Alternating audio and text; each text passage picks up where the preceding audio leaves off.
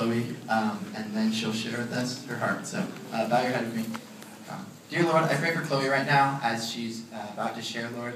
I pray that you calm any of her nerves, God, and help her to just articulate what you've put on her heart to share. Help her to, Lord, connect with one of us in this room, God, that some of us, of our experiences, that her story will really touch home with some of us, God. May we be able listeners, and may you speak to us through Chloe's story. We thank you for the way you've worked in her life. And in Jesus' name we pray. Amen. Hi guys, I'm so stoked that you're here. I'm not going to lie, I'm a little nervous and mildly sweaty. But bear with me. You all seem nice and friendly, so that's cool. So my name is Chloe. I'm a junior. I'm studying sociology. I'm a co-leader of Supertonic, which is an a cappella group here. I'm an officer in Kappa Alpha Theta sorority. I like football. I like unicorns. I like long walks on the beach.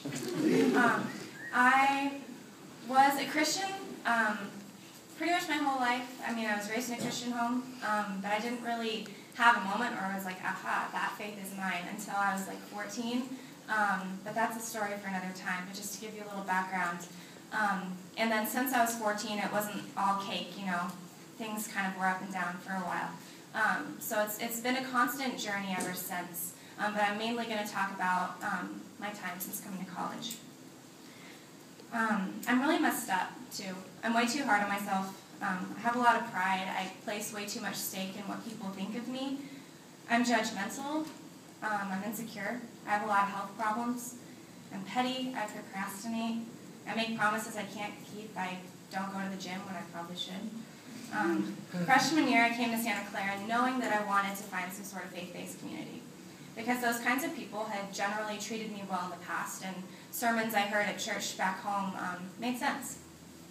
I checked out this group of people right here, Core, mostly lured by their caramel apples at the fair, not gonna lie. And instead of feeling like I belonged, which is what I was expecting, I felt completely alienated. I felt like everybody was perfect, everybody was holding a Bible, and I didn't even own one. I felt bad, like I wasn't a good enough Christian. I wasn't part of the inside jokes, and when someone would come up to introduce themselves to me, I felt like it was patronizing and not genuine. I stuck with it, though, throughout the year, and met a lot of great people, and I learned a lot. I had my ups and downs, but ultimately I felt suffocated by what I perceived was judgment and a lack of caring. I stopped my involvement with Core. I even removed myself from the Facebook group, so it was pretty serious. Sophomore year, I felt guilty every time I would see someone from Core, like I had to apologize for leaving.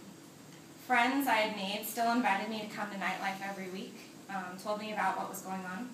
But I had a lot of other stuff of my own, and was still feeling pretty disillusioned from the whole thing. So I always declined and felt like I had to come up with some excuse. During that time, I was fine. I was pretty happy, successful, coasting by most standards. I didn't really pursue my faith beyond the occasional conversation with a fellow Christian, sermons I watched online, or a quick prayer before a hard test. We've all done it, don't lie. In retrospect, though, I was pretty empty. I kept busy and had it all together, but there wasn't a whole lot of substance. I had plateaued. That continued through fall quarter of this past year until something happened winter quarter that completely shattered my carefully constructed world. Like, completely shattered. I'm not a crier, but this put me in an almost constant state of weeping. I'm talking to the point where a professor's like, hey, are you okay after class? And you're like nodding your head emphatically, and then a snot bubble comes out of your nose. That may or may not have happened. And by it may or may not have happened, I mean it did happen. So sometimes it would even get to the point where I was so emotional that I would throw up. I met with a mentor of mine right after everything first had happened to talk about something unrelated, and I completely lost it. She hardly bat an eye and gave me a lot of good advice. But one thing she told me that I found particularly odd was to come back to nightlife, which is where we are right now. I was feeling so broken that I reconsidered. I knew I needed friends that would understand the depth of what I was going through, and the ones I had surrounded myself with lately just didn't seem to get it. The first time I went, I was petrified. A lot of people in core had just gone on a retreat, so I figured I would be completely out of the loop. I didn't know half of the people because I had stopped going after freshman year. And the half that I did know, I had completely turned my back on. I was expecting confused looks, judgment, resentment even. I was expecting questions about where I had been the past year and a half. I was expecting the cliques to be impenetrable, the worship to be really uncomfortable, and just to feel overall out of place. But I couldn't have been more wrong. Every perception that I had before, that the people in core were collectively judgmental and perfect and had it all together and something I could never be a part of, was proved completely untrue. I realized that everything I had thought before was really just because I was refusing to see the grace that God had basically been serving me on a silver platter. These people pulled me out of one of the darkest chapters of my life, dusted me off, and shook me hard by the shoulders. And whether they know it or not, every single person in core played a role in my healing. People I had never met were joking around with me and remembered obscure facts about my life that I didn't even remember telling them in the first place. I got invited to all these events and activities. People hugged me and prayed for me and gave me advice. Everywhere I went on campus, there were randos waving at me and saying my name. It was all genuine. It wasn't because I needed saving or fixing. It was because they loved me. The compassion I received from people in core was overwhelming. I'm still in complete disbelief how these people, who I had completely turned my back on, were so forgiving. There was no mention of where I had gone. They acted as if I had never left. I heard a story on Easter about how one of the first things Christ did when he rose from the dead was tell Mary Magdalene to go tell all of his disciples that he was alive. He called them his brothers. These men had completely abandoned him when he died, not believing in the promise that he had told them, which was that he would return. They went on with their lives. Some had even played a direct role in hanging him on that cross. But he gave no thought to that. Instead, he told Mary, "Go and tell my brothers that I am alive." He reached out to them in compassion and comfort and in joy, even though they had completely betrayed him. And that's what this group has done for me. It's not because they're really great people, which they are.